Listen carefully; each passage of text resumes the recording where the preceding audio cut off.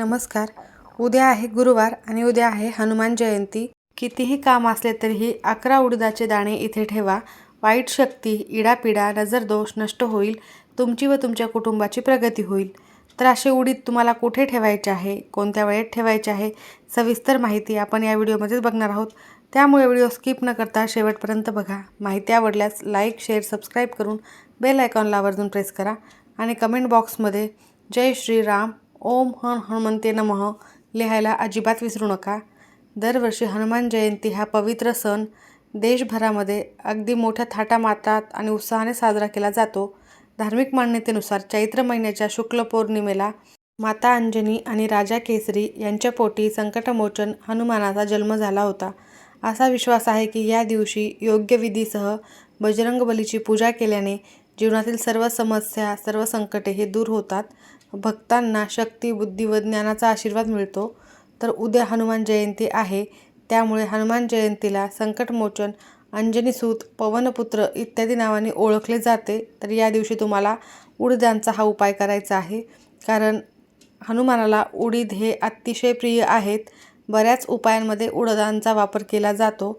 या दिवशी हनुमानाची पूजा केल्याने शत्रूवर विजय मिळवता येतो. आर्थिक अडचणीपासून मुक्ती मिळवण्यासाठी तुम्हाला हा उपाय करायचा आहे. यामुळे वाईट शक्ती तर दूर होतीलच, घरातील सर्व दोष देखील नष्ट होणार आहेत आणि तुम्हाला कामामध्ये यश मिळेल. त्यामुळे तुम्हाला हा उपाय उद्या कोणत्या वेळेत करायचा आहे ते देखील मी तुम्हाला सांगत आहे. तर 1 एप्रिल रोजी म्हणजे आज सकाळी 7:07 चैत्र महिन्याची ही चैत्र पौर्णिमा सुरू झालेली आहे आणि समाप्त होणार आहे उद्या 7:41 सकाळी समाप्त होणार आहे. आणि हनुमानाची जी आपल्याला जयंती म्हणजे जन्मोत्सव साजरा करायचा आहे, तो उद्या सकाळी पहिला मुहूर्त आहे 6:10 ते सकाळी 7:44 हनुमानाचा जन्म हा सूर्योदयाच्या वेळी झालेला असल्यामुळे तुम्ही त्या वेळेतच जन्मोत्सव साजरा करू शकता. हनुमान जयंतीच्या दिवशी भक्त पहाटे लवकर उठून स्नान करतात, हनुमानाच्या मंदिरात जाऊन दर्शन करतात. हा विधी सामान्यतः सूर्योदयापूर्वी सुरू होतो. तर तुम्हाला उद्या हा उपाय सकाळी केला तरीही चालेल, दिवसभरात कधीही करू शकता. सकाळी करण्याचा जास्तीत जास्त प्रयत्न करा. पहाटे भक्त हनुमान चालीसा देखील म्हणतात. तर या दिवशी तुम्ही जितकी जास्तीत जास्त सेवा कराल, उपाय कराल, तितके तुम्हाला फलित ठरणार आहे. तर उद्या तुम्हाला हा उपाय करण्यासाठी सकाळी लवकर उठायचे आहे, स्नान करायचे आहे. अंघोळीच्या पाण्यामध्ये थोडीशी हळद, थोडेसे गंगाजल टाकून स्नान करायचे आहे. त्यानंतर तुम्हाला देवघरातील देवांची विधिवत पूजा करून घ्यायची आहे. जर तुमच्याकडे हनुमानाचा फोटो असेल तर त्यांची देखील विधिवत पूजा करून घ्यायची आहे. जर फोटो नसेल तर मग तुम्ही मंदिरामध्ये जाऊन हनुमानाचे दर्शन घ्यायचे आहे. त्यासोबतच गूळ, केळी, खायच्या पानाचा प्रसाद देखील देतात. अनेक भक्त या दिवशी हनुमानाचे आशीर्वाद मिळवण्यासाठी दिवसभर उपवाससुद्धा करतात. पूजा विधी करत असताना तुम्हाला ओम श्री हनुमते नमः या मूळ मंत्राचा देखील जप करायचा आहे.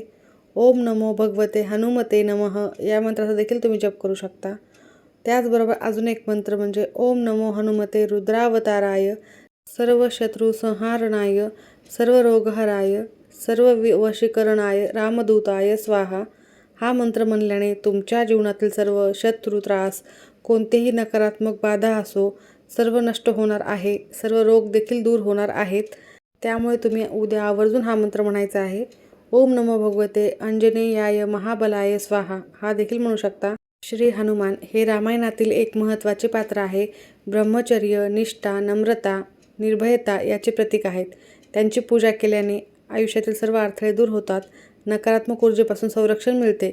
भक्तामध्ये नवीन शक्ती निर्माण होते असे देखील मानले जाते. हनुमान जयंतीला किंवा शनिवारी हनुमानाला उडीद म्हणजे काळे उडीद असतात ते अर्पण करण्याला धार्मिक आणि ज्योतिषशास्त्रीयामध्ये अनन्यसाधारण महत्त्व आहे. तर हे यामुळे काय होते तर धार्मिक कथानुसार हनुमानाने शनिदेवाचा अहंकार मोडून काढला होता आणि त्यांना रावणाच्या कैदेतून सोडवले होते. तेव्हा शनिदेवाने हनुमानाला वचन दिले होते की जो भक्त तुझी भक्ती करेल त्याला माझा त्रास होणार नाही. तर तुम्हाला उडीद हे शनिदेवाचे धान्य मानले जाते. जेव्हा आपण हनुमानाला उडीद अर्पण करतो तेव्हा शनिदोषाची म्हणजेच 7.5 किंवा ढय्या ही तीव्रता याची असते ती कमी होते अशी देखील मान्यता आहे. असे मानले जाते की उडीद ऊर्जा आणि शक्ती देणारे असतात. हनुमानाला शक्तीची देवता मानले जाते म्हणून त्यांना उडीद अर्पण करतात. हनुमानाला उडीदाची माळ घातलेल्याने घरातील नकारात्मकता देखील नष्ट होते आणि संकटांपासून रक्षण होते. त्यासोबतच राहू केतू दोषावर देखील उडीद हे अत्यंत महत्त्वाचे आहेत. म्हणून तुम्हाला उद्या हनुमान जयंतीच्या दिवशी उडदाचे हे उपाय करायचेच आहे. उडीद हे केवळ शनी ग्रहाशीच नाही तर राहू आणि केतू या ग्रहांशी देखील संबंधित मानले जाते. हनुमान जयंतीला हनुमानाला उडीद अर्पण केल्याने कुंडलीतील या ग्रहांचे अशुभ परिणाम हे कमी होतात. तर हे कसे वापरावेत? तर हनुमान जयंतीला पूजेच्या वेळी हनुमानाच्या मूर्तीसमोर थोडेसे काळे उडीद ठेवायचे आहेत. उडदाच्या डाळीचे वडे बनवून देखील त्याची माळ हनुमानाला घालू शकतात. त्या वड्यामध्ये फक्त मीठ टाकायचे नसते. काही ठिकाणीच अशी प्रथा आहे, प्रत्येक ठिकाणी नाही आहे. तुम्ही उडीद हनुमानाच्या चरणी फक्त अर्पण केले तरीही चालते. त्या दिवशी गरीब आणि गरजू व्यक्तींना उडीद किंवा उडदाची डाळ दान आवर्जून द्यावे, अत्यंत पुण्यकारक मानले जाते. हा उपाय तुम्ही दिवसभरात कधीही करू शकता. हे बाकीचे सगळे उपाय देखील करा आणि हा 11 उडीदाच्या दाण्यांचा उपाय करायचा आहे. तर हा उपाय करण्यासाठी तुम्हाला एक मातीची पंती घ्यायची आहे. त्यामध्ये दुहेरी कापसाची वाट टाकायची आहे. त्याचबरोबर मोहरीचं तेल असेल तर ते आवर्जून टाका. ते नसेल तर मग तुम्ही जे पूजेमध्ये तेल वापरता ते टाकले तरीही चालेल. त्या दिव्यामध्ये थोडीशी पिवळी मोहरी असेल तर ती टाका. ती नसेल तर काळी मोहरी टाकली तरीही चालेल. मोहरीचे तेल टाकले असेल तर मोहरी टाकण्याची गरज नाही आहे. त्यानंतर तुम्हाला 11 उडदाचे दाणे घ्यायचे आहेत. अखंड उडीद घ्यायचे आहेत. उडदाची डाळ ही घ्यायची नाही आहे. त्यासोबतच तुम्हाला थोडासा गूळ घ्यायचा आहे आणि थोडेसे फुटाणे देखील घ्यायचे आहेत. थोडेसे चमेलीचं तेल तुमच्याकडे असेल तर ते आवर्जून घ्यायचे आहे. त्यासोबतच थोडासा शेंदूर घ्यायचा आहे. जर तुमच्याकडे चमेलीचं तेल नसेल तर तुम्ही साधं तेल टाकू शकता किंवा मग थोडंसं पाणी टाकून तो शेंदूर तुम्हाला घट्टसर करायचा आहे आणि हे सर्व साहित्य घेऊन तुम्हाला हनुमानाच्या मंदिरामध्ये जायचं आहे. त्यानंतर सर्वप्रथम तुम्हाला तिथे एक दिवा तो जो सोबत नेलेला आहे तो प्रज्वलित करायचा आहे.